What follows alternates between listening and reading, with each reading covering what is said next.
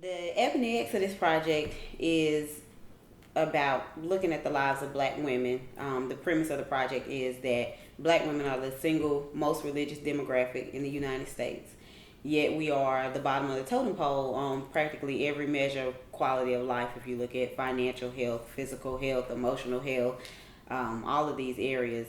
And of course, one of the premises of Christianity is that the believer will live a prosperous, healthy life.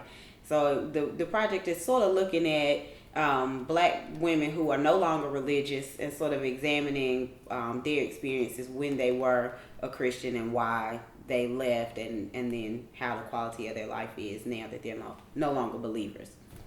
The reason that I started the project was based on my own struggles. I was an ordained minister. I was one of the women who was at church 5, 6, 7 days a week. You know, I preached, I did prayer services, I did all of that. And throughout that whole process, I always had this feeling that even though I was a true believer, and I really believed what I was doing, and I was trying really hard to make sure that I was in the will of God, so to speak, you know.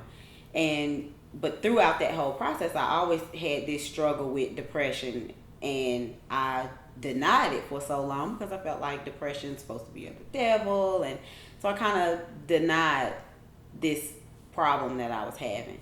And as my depression got worse and I realized that I needed to deal with this in a professional way, some of the stuff that I started learning about what depression is and what it means, obviously it wasn't lining up with what I was learning from church.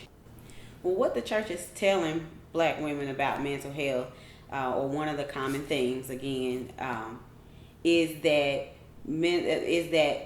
they should be able to feel happy and, you know, mentally stable if they're truly dedicated to God and if they're truly doing everything that they're supposed to be doing. So continuing to struggle with depression suggests that she's doing something wrong, suggests that she has some sin in her life, suggests that she's not praying enough or not fasting enough, or, you know, something is wrong on her end, or maybe there's a demon affecting her life in some sort of way.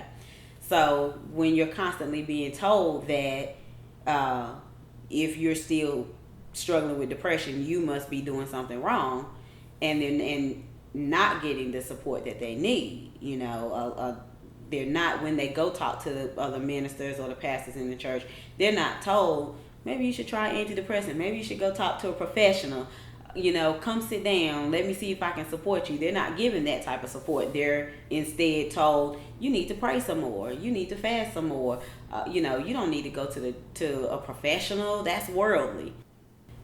Women who are still either in the church or, you know, they're starting to have some questions, what I would like to say to them is that if they have questions, they should look for the answers.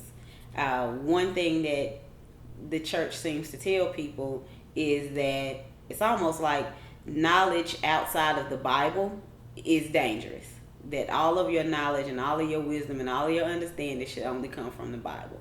And obviously the Bible doesn't answer all questions. And so when women are starting to have questions about, you know, they're starting to have doubts, or maybe they're starting to be exposed to ideas about hell not being hell, or, you know, Jesus not being the only savior figure in the world, they should research those things, and they should seek out the answers to those things, and they should expose themselves to other people who don't believe what they believe, whether they're people of other religions or atheists, agnostics, or whatever.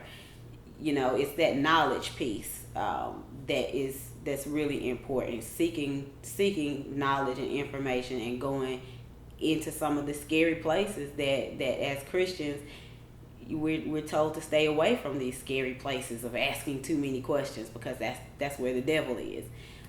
So I would just encourage women to do the research, to ask questions, to get out there, and to not be afraid that the ground is going to open and swallow them up if they read a book that's not written by a Christian author.